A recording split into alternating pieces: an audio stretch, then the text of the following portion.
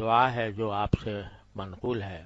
کہ آپ نے فرمایا اللہم انی اسألک صحۃ فی ایمان و ایمانا فی حسن خلق و نجاحا تتبعہ فلاحا و رحمتا منک و عافیہ و مغفرتا منک و رضوانا او کما قال صلی اللہ علیہ وسلم۔ تو اس میں اللہ تبارک و تعالیٰ سے آپ نے ایک تو صحت مانگی ایمان کے ساتھ، یعنی صحت جو کہ لفظ ہے بڑا عام ہے، اس میں جسمانی صحت بھی داخل ہے، اس میں ذہنی صحت بھی داخل ہے، اس میں باطنی صحت بھی داخل، کیونکہ صحت کے معنی یہ ہے کہ کوئی بیماری نہ ہو، اور بیماریاں جس طرح انسان کو جسمانی ہوتی ہیں تو اسی طرح ذہنی اور نفسیاتی بھی ہوتی ہیں، اور اس سے زیادہ خطرناک باطنی بیماریاں ہیں، جیسے حسد ہے کسی سے، تکبر ہے، ریاکاری ہے، یہ سب باطنی بیماریاں ہیں، اور اللہ بچائے یہ ظاہری جسمانی بیماریوں سے زیادہ خطرناک، کیونکہ ظاہری بیماری کا اثر صرف دنیا کی حد تک محدود رہتا ہے، اور آدمی صاحب ایمان ہو تو وہ بیماری بھی اس کے لیے اجر کا سبب بن جاتی، اس کی وجہ سے انسان کے درجات بلند ہوتے ہیں۔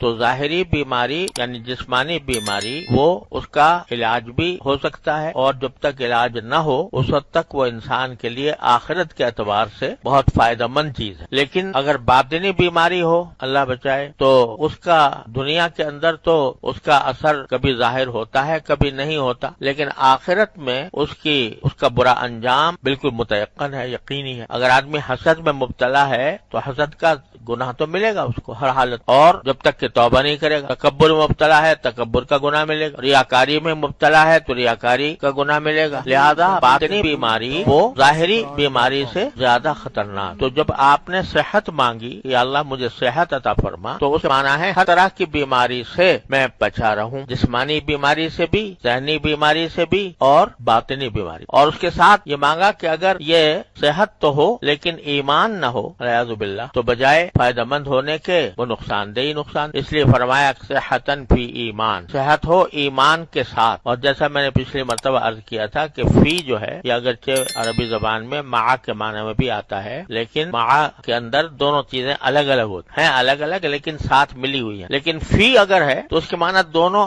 آپس میں گھلی ملی ہیں، اس میں دونوں کا وجود الگ الگ محسوس ہی نہیں ہوتا، بلکہ صحت کے ساتھ ایمان اس طرح گھلا ملا ہے کہ صحت بھی ہے اور اسی صحت کے ساتھ ایمان گھلا ملا ہے، اس معنی میں کہ بندہ جو ہے وہ اس صحت کو اللہ جل جلالہ کی عطا تصور کر کہ یہ میرے پروردگار کی عطا ہے، یہ صحت کا جو لمحہ بھی میسر آ رہا ہے وہ اللہ تبارک و تعالیٰ کی عطا ہے۔ تو صحت کے ساتھ ہی ساتھ ایمان اس طرح گھلا ملا ہے کہ صحت کے ہر حصے میں بندے کا رابطہ اللہ تبارک و تعالیٰ سے استوار ہے، کہ اس کے دل میں یہ رگ و پے میں یہ بات پیبست ہے کہ اگر میری بینائی صحیح ہے تو اللہ کی عطا ہے، میری سماعت صحیح ہے تو اللہ تعالیٰ کی عطا ہے، میں ہاتھ اگر ہلا رہا ہوں اور حرکت کی طاقت ہے تو اللہ کی عطا ہے، اگر میں قوت ہے میرے اندر تو وہ اللہ تعالیٰ کی عطا ہے۔ جو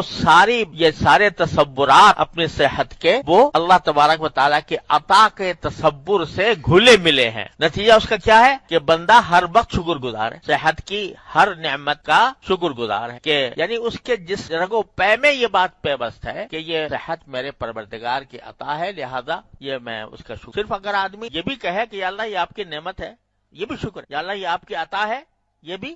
شکر ہے، تو جب رگ و پے میں یہ تصور